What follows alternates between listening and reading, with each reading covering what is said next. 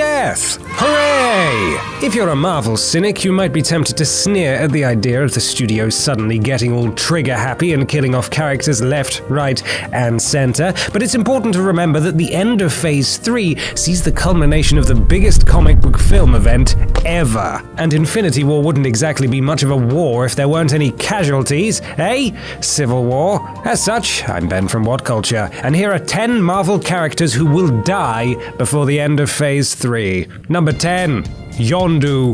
Guardians of the Galaxy Volume 2 is said to answer the question of Peter Quill's fatherhood with the appearance of Kurt Russell as Ego, the Living Planet, and that probably spells disaster for the character who essentially brought him up in his absence. Yondu the Space Pirate will also be joining the good guys, and nothing says dead meat character like one who sees the error of his evil ways and tries to atone. It'll be a shame too, but he's a goner. Not if you count the gurgling sound. Number 9.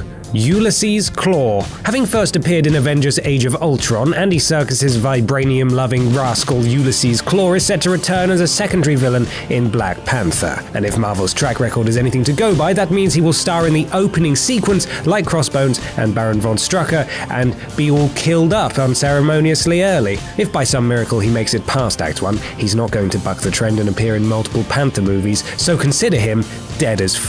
Number 8. Thor. Thor definitely won't die permanently in Thor Ragnarok, even if he does sort of die and end up in Hell to defeat Asgard's new enemy, Hela, but there is a good chance that he will be one of the major casualties when Thanos uses the Infinity Gauntlet. That would fit the fact that Chris Hemsworth's contract is set to run out after Avengers 4. Plus, there's no getting around the fact that he's basically the most expendable of all the Avengers' most powerful characters. The big, muscly idiot, blow raspberry...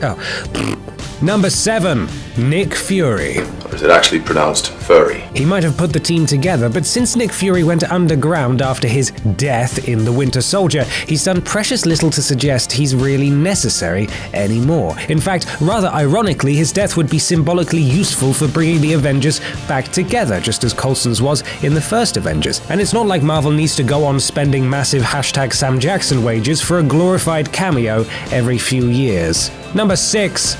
Loki. Having pulled a fast one at the end of The Dark World and pretended that he was dead lol, Loki seems to have reverted to type, mischievously stealing Odin's throne and kicking off the events that lead to Ragnarok and the near destruction of Asgard. At some point though, we know he's going to align with his brother again as per the Doctor Strange post-credits scene, and that means he'll be seeking some forgiveness for his crimes. In storytelling terms, killing him off would be the most fitting resolution to his arc, and since his death was integral to the Ragnarok comic arc, it'd make sense that he won't make it out of the film alive. Number 5.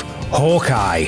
The least fleshed out of all the characters in the MCU has always, obviously, been the one most likely to be killed off. I suppose you could call him a Avenger for whackers, #Avenger for whackers. It looked like it might happen in Age of Ultron, but Marvel tricked everyone by defying every dead meat trope they've established, and yet it's still hard to shake the feeling that he's not long for this world. I am big, like a can of Pepsi. It doesn't matter. Jeremy Renner's contract runs out when the Infinity Saga is done, and now that he has a family, killing him off would represent the emotional strike Marvel like to look for when building their villains up. Number 4. Steve Rogers. Chris Evans is another of the big-name actors at Marvel with a rapidly approaching contract end, and while he has spoken about the possibility of extending it, it would still make sense for Captain America to follow his comic book twin and die at the end of a major story arc. He might have survived Civil War, but Cap is now a symbol of heroism on a whole other level after going underground, and his martyrdom would be the smartest way to turn Tony Stark back onto the idea of the Avengers Initiative. Number 3. Groot. Like it or not, dying is sort of Groot's superpower. He's the most protective of all the Guardians of the Galaxy, and by virtue of his regenerative power, his sacrifices, though emotionally devastating, are functional. Certainly it's happened before to great effect, but if you're looking at Baby Groot and not thinking that this more impulsive, more disobedient little rascal wouldn't do what his fully grown self would 10 times over, you're probably not thinking straight. It won't last, but expect him to die again before the end of Guardians Volume 2. Number 2. Thanos. There are few certainties in Marvel films, jokes, big action set pieces, and post-credit scenes all being quite high on the billing, but the most nailed-on assurance you could bet your house on is that the villains always die. unless they're Loki. And since Thanos represents the single biggest threat to the universe so far, there's no way he'll be left to lick his wounds after the end of the Infinity Saga, because, quite frankly, there's no prison that could hold a mad titan. Number 1. Vision. Unfortunately for Marvel's Frankenstein's monster, no amount of godlike powers or worthiness can get around the fact that one of the objects of Thanos' affection and one of the film series' biggest MacGuffins that has to fall into his hands is sited right in the middle of his forehead. It's rather unlikely that Thanos won't get his hands on all of the stones, and even worse for Vision, he will struggle quite badly to function without his head and the battery that gives him life. And that's our list. Are there any certain deaths we left off? Let us know in the comments below, and don't forget to like, share, and subscribe. You can even follow me here on Twitter if you fancy. I'm Ben from What Culture, and thanks for watching.